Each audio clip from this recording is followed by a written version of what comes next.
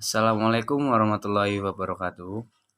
Alhamdulillahirrabbilalamin. Wabihi nasta'in wa ala umuri dunya waddin. Wassalatu wassalamu ala asrofil anbiya'i wal mursalin Sayyidina wa maulana Muhammadin amma ba'du. Yang terhormat pengampu dosen ilmu pendidikan Dian Rifayati MSI. Saya Adnan Syafruddin dengan NIM 2121092 akan mempresentasikan tentang materi pendidikan sebagaimana untuk perlengkapan tugas mata kuliah Ilpen UAS.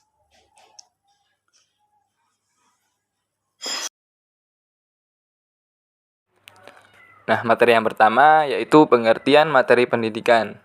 Sebelum kita memahami lebih dalam apa itu materi pendidikan, alangkah baiknya kita harus paham terlebih dahulu pengertian dari materi pendidikan.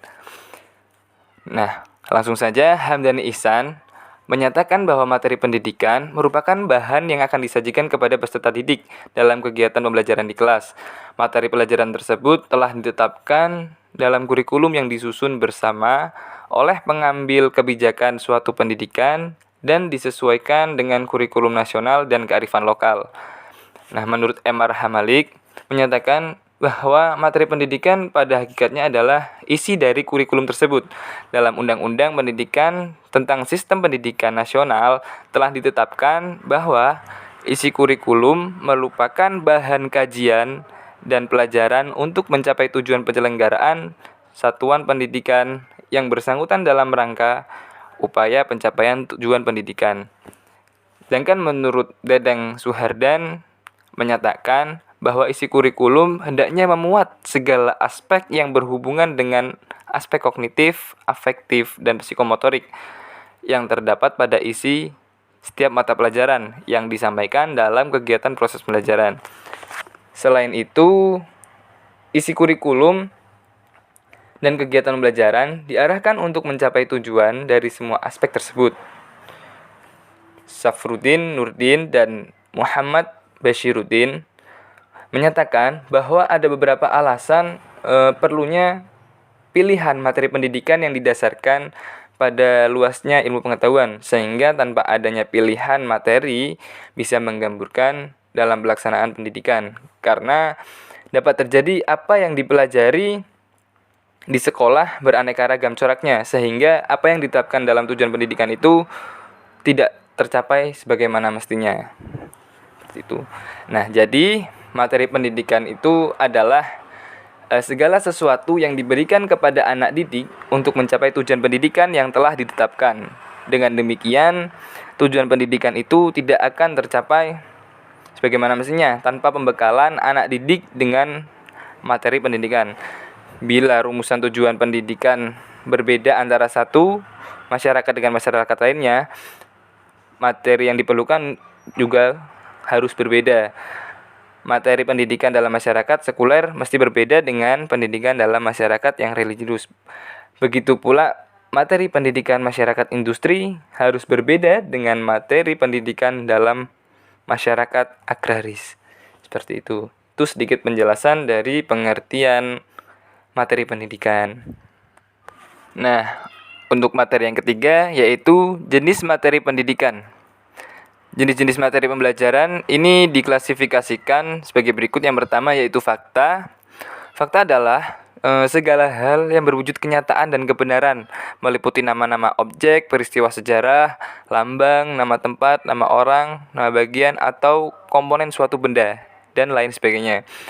Kata kuncinya adalah nama, jumlah, tempat, lambang. Contoh, nama-nama sholat wajib, lalu nama rasul, nama malaikat, peristiwa Isra Mi'raj, serta nama-nama pahlawan kemerdekaan dan lain-lain.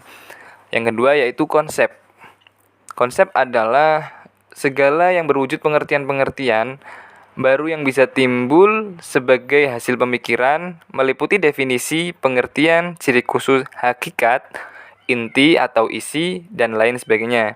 Kata kunci dari konsep ini adalah definisi, klasifikasi, identifikasi, ciri-ciri, Dan contohnya seperti pengertian sholat menurut bahasa dan istilah, ciri-ciri makhluk hidup, dan lain sebagainya. Lalu yang ketiga yaitu prinsip. Prinsip merupakan hal-hal utama, pokok, dan memiliki posisi terpenting, meliputi dalil, rumus, adagium, postulat, paradigma, teorema, serta hubungan antar konsep yang menggambarkan implikasi sebab akibat. Kata kuncinya adalah hubungan sebab akibat. Maka, lalu contohnya dalil tentang kewajiban melaksanakan sholat dan lain-lain. Yang keempat yaitu prosedur. Prosedur merupakan langkah-langkah sistematis atau berurutan dalam mengerjakan suatu aktivitas dan kronologi suatu sistem. Jadi harus sistematis secara urut. Contohnya praktik, penelitian sosial, dan sebagainya. Kata kunci dari prosedur ini adalah langkah-langkah mengerjakan tugas secara urut. Contohnya langkah-langkah pelaksanaan sholat wajib. Nah, di dalam sholat wajib ini kan kita harus melaksanakan dengan urut, tidak boleh ada yang diloncat-loncat seperti itu. Lalu yang terakhir yaitu sikap atau nilai. Sikap atau nilai ini merupakan hasil belajar aspek sikap, misalnya nilai kejujuran, kasih sayang, tolong-menolong, semangat dan minat belajar, dan bekerja, dan lain sebagainya. Contoh aplikasi sosiologi dalam kehidupan sehari-hari dalam bentuk sikap toleransi dalam menghadapi fenomena sosial yang bervariasi. Nah, itu penjelasan dari jenis-jenis materi pendidikan.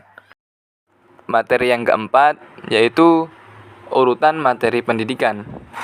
Materi pembelajaran yang sudah ditentukan ruang lingkup serta ke dalamnya dapat diurutkan melalui dua pendekatan pokok, yaitu yang pertama pendekatan prosedural atau urutan materi pembelajaran secara prosedural menggambarkan langkah-langkah melaksanakan suatu tugas.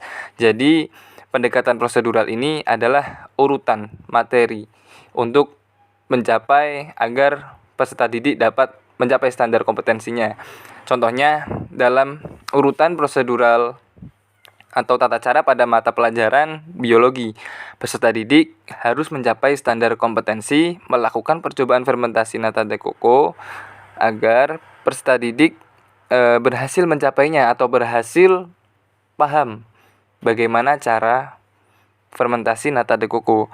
Yang pertama harus melakukan langkah-langkah berurutan mulai dari persiapan media starter, penyaringan dan pendidian air kelapa, inokulasi atau pencampuran dengan starter, fermentasi, dan pemanenan. Nah, produser penelitian tersebut dapat disajikan dalam materi pembelajaran sebagai berikut. Materi pembelajaran penyusun rancangan percobaan fermentasi nata de coco. Nah, kita harus bisa menjelaskan urutan-urutan materinya seperti menentukan judul acara percobaan, merumuskan tujuan percobaan, dan menentukan alat dan bahan yang diperlukan dalam percobaan, menyusun cara kerja. Itu pendekatan prosedural. Lalu yang kedua yaitu pendekatan hierarkis. Nah, urutan materi pembelajaran secara hierarkis ini menggambarkan urutan yang bersifat berjenjang dari bawah ke atas, dari atas ke bawah. Materinya sebelumnya harus dipelajari dahulu sebagai prasyarat untuk mempelajari materi berikutnya. Jadi tidak bisa meninggalkan materi yang dahulu sudah diajarkan lalu ditinggalkan begitu saja, itu tidak bisa. Lalu harus dipelajari karena itu sebagai prasyarat untuk mempelajari materi berikutnya. Contohnya berjenjang menyusun rancangan penelitian agar peserta didik mampu menyusun rancangan penelitian. Peserta didik terlebih dahulu harus mempelajari konsep-konsep dasar pengetahuan yang mencakup yang pertama yaitu kenyataan hipotesis, fakta generalisasi, fenomena atau gejala proporsi, masalah postulat, data, teori, dan bukti atau asumsi. Selanjutnya, peserta didik menerapkan konsep tersebut dalam pelaksanaan penelitian. Contoh, untuk dapat mempelajari persilangan Mendel baik sifat monohibrida maupun dihibrida, maka siswa harus memahami terlebih dahulu konsep teori Mendel 1 dan 2. Untuk itu, sebagai guru harus mengajarkan prinsip barulah kepersilangan Mendel, penjembangan hukum Mendel, dan seterusnya. Itu pendekatan hierarkis. Itu saja penjelasan dari urutan materi pendidikan. Alhamdulillah, itu saja yang saya bisa dapat sampaikan kepada semuanya. Kurang lebihnya mohon maaf bila ada tutur kata yang kurang mengenakan di kalian semua. Wallahu muwaffiq ila aqwamit thoriq. Assalamualaikum warahmatullahi wabarakatuh.